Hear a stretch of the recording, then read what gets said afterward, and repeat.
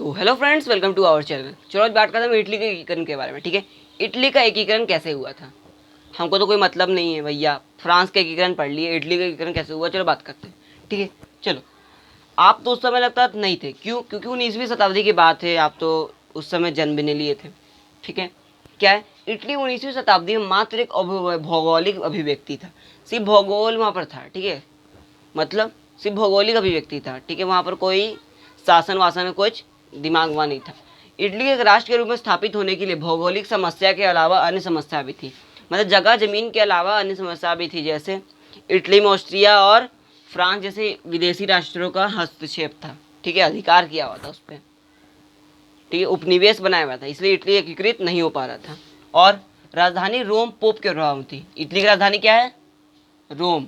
वो प्रभाव थी पोप के प्रभाव में थी, एवं पोप की इच्छा थी कि इटली का एकीकरण स्वयं उसके नेतृत्व में धार्मिक दृष्टिकोण से हो, ना कि शासकों के नेतृत्व में। ठीक है, और वियना कांग्रेस से इटली को दो राज्य में विभाजित कर दिया। वियना कांग्रेस ने दो राज्य में विभाजित किया। कौन कौन से? पहला था सार्डिनिया, दूसरा था पिडमाउंट। ठीक है, सार्डिनिया और पिडमाउंट में वियना कांग्रेस ने इसे विभाजित कर दिया, पुराने रूप में लाने के लिए, पुरातन व्यवस्था यहाँ स्थापित करने के लिए। ठीक है, तो नेपोलियन का पतन कब हुआ था आपको पता है? 1814 ईस्वी में। तो इसको कॉपी करो, हम आगे और बढ़ते हैं। अब मेजनी के बारे में बात करें। किसके बारे में? मेजनी।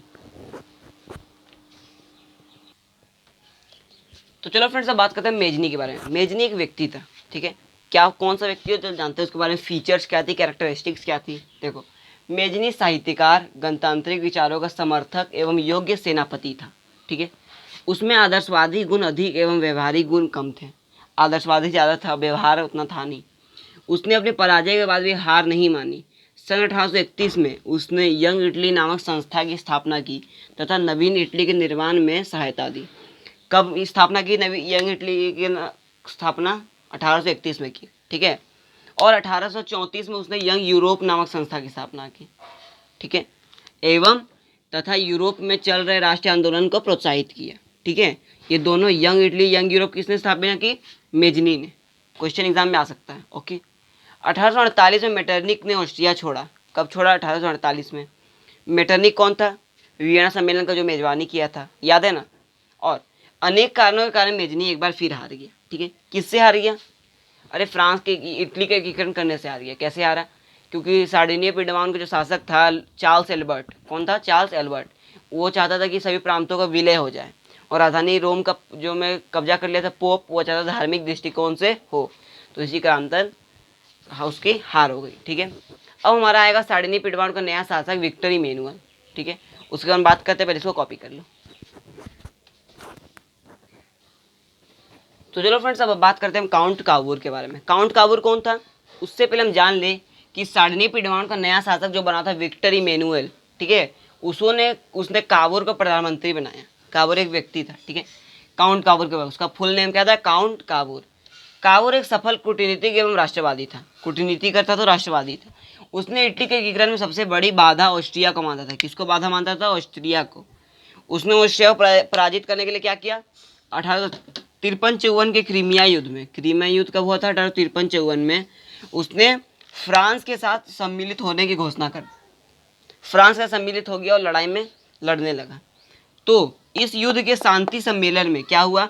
उसने ऑस्ट्रिया को गैरकानूनी घोषित कर दिया। शांति सम्मेलन में पिडमाउंट को ही बुलाया गया और उसने ऑस्ट्रिया को गैरकानूनी घोषित कर दिया। तो संपूर्ण इटली का ध्यान किस पे आया? इस पे आया, ऑस्ट्रिया पर, कि ऑस्ट्रिया से गैरकानूनी की बात कैसे कर सकता है। फिर कावो ने नेपोलियन 3 के साथ भी एक संधि की। ठीक है, नेपोलियन 3 जो फ्रांस का शासक था, फ्रांस ने सैन्य समर्थन देने का वादा किया। ठीक है, कि इस सम्मेलन में फ्रांस ने सैन्य समर्थन देने का वादा किया। बदले में पिडमाउंट ने नीस और सेवाएं नामक 2 रियासत उसको दे दी। ठीक है, मतलब नेपोलियन ने संधि की कि मुझे जब भी जरूरत पड़े तो फ्रांस मुझे सैनिक देगा, और बदले में जो काउंट कावूर था उसने उसको क्या दिया? नीस और सेवाएं नामक 2 जगह थे वो दे दी। ठीक है, तो 1859-60 में पिडमाउंट एवं ऑस्ट्रिया के बीच सीमा संबंधी लड़ाई हो गई। अब तो लड़ाई घटित हो गई। ठीक है, पिडमाउंट और ये ऑस्ट्रिया के बीच। अब पिडमाउंट ने फ्रांस को बोला मुझे सैनिक दो, तो फ्रांस ने क्या किया? सैनिक उतार दी, और जो ऑस्ट्रिया है वो बुरी तरह पराजित हो गया। ठीक है, बुरी तरह पराजित हुआ। और ऑस्ट्रिया का एक इलाका था, इसका जगह का नाम था, क्या नाम था? पीडमाउंट और सार्डिनिया मतलब देखो, पीडमाउंट ऑस्ट्रिया की भी सीमा संबंधी लड़ाई हुई, और ऑस्ट्रिया का एक जगह था, पीडमाउंट का नहीं, ऑस्ट्रिया का, लोम्बार्डी नाम था, ठीक है, क्या नाम था, लोम्बार्डी। लोम्बार्डी पर किसका अधिकार हो गया, पीडमाउंट का अधिकार हो गया। ओके, तो इसी तरह हमारा जो काउंट काबूर खत्म हुआ, द काउंट काबूर ने इस तरह को इटली के एकीकरण में समस्या के हल करने का मदद किया, ठीक है। अब काउंट काबूर के बाद कुछ नहीं आया, गैरिबॉल्डी आए, उन्होंने आगे बढ़ाया लड़ाई को, ठीक है। फिर अंततः इटली के एकीकरण कब होगा, हमारा 1871 ईस्वी में हो जाएगा। ओके, तो इसको कॉपी करो, हम आगे बढ़ते हैं। चलो फ्रेंड्स, अब बात करते हैं गैरिबॉल्डी के बारे में। गैरिबॉल्डी कौन था, देखो, गैरिबॉल्डी सशस्त्र क्रांति के द्वारा, मतलब क्रांति ये भी कर रहा था, सामने आया। ये मेजनी के विचारों का समर्थक था, ठीक है, मेजनी के विचारों का समर्थक था। इसने स्वयं सेवकों और कर्मचारियों की मदद से एक सेना बनाई, जिस सेना को लेकर उसने इटली के 2 प्रांत सिसिली और नेपल्स पर आक्रमण किया। उस सेना को हम लाल कुर्ती भी कहते हैं, ठीक है, लेकिन कोई बुक्स में दिया है, कोई बुक्स में नहीं दिया, इसलिए मैं नहीं लिखा, लेकिन लाल कुर्ती क्वेश्चन में आ जाए तो नोट कर लेना। ओके, तो 2 प्रांत सिसिली और नेपल्स पर इसने आक्रमण किया, ठीक है। और जो सिसिली नेपल्स की जो जनता थी वो बूर्बो राजवंश से नाखुश थी, तो उसने समर्थक बन गई, ठीक है। और क्या हुआ, 1862 में उसने रोम पर आक्रमण की योजना बनाई, ठीक है। तो काबूर ने विरोध करते हुए पीडमाउंट की सेना भेज दी, जहां गैरिबॉल्डी की मुलाकात काबूर से हुई। तो क्या हुआ, उसने रोम की योजना त्याग दी एवं सारे जीते के रियासत राष्ट्र को दे दिया। कितना बड़ा दिल था इसका, सारे जीते के रियासत राष्ट्र को सिर्फ दे दिया काबूर के कारण। ओके, एवं अपनी सारी संपत्ति राष्ट्र को समर्पित कर साधारण किसान की भांति जीवन जीने को अग्रसित हुआ। मतलब अपना संपत्ति भी सारा राष्ट्र को समर्पित कर दिया, रियासत तो दे ही दिया, और अपना संपत्ति भी सारा रियासत मतलब राष्ट्र को समर्पित किया, एवं साधारण किसान की भांति जीने का अग्रसित हुआ, ठीक है, किसकी तरह, साधारण किसान की भांति। ओके, ठीक है।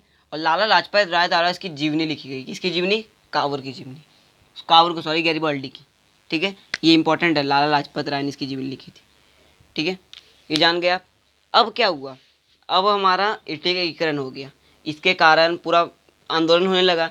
उसके बाद इसको नोट कर लो, पहले हो गई कॉपी, चलो मेरी रेस कर देते हैं।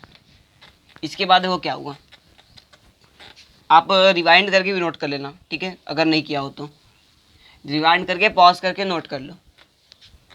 देखो क्या हुआ, अब उसके बाद क्या हुआ, 1862 ईस्वी में, इंपॉर्टेंट डेट है, काबूर की मृत्यु हो गई, ये याद रखना, काबूर की मृत्यु हुई थी 1862 में, और अंततः 1871 को इटली का एकीकरण हो गया, ठीक है। अब इटली का एकीकरण किसके किसके मदद से हुआ, काबूर, मेजनी, लिखोगे तो लिखना काबूर, मेजनी और गैरिबॉल्डी की समर्थक से इटली का एकीकरण संभव हुआ। ओके, ये दोनों डेट इंपॉर्टेंट है। ओके, तो आज के लिए इतना ही, हमारे इटली का एकीकरण भी दी एंड हो गया, और फ्रांस का एकीकरण। अब बचा हमारा जर्मनी का एकीकरण, ठीक है, तो उसके बारे में अगले लेक्चर में बात करेंगे। आज के लिए इतना ही, पढ़ाई करते रहिए, ऑल द वेरी बेस्ट।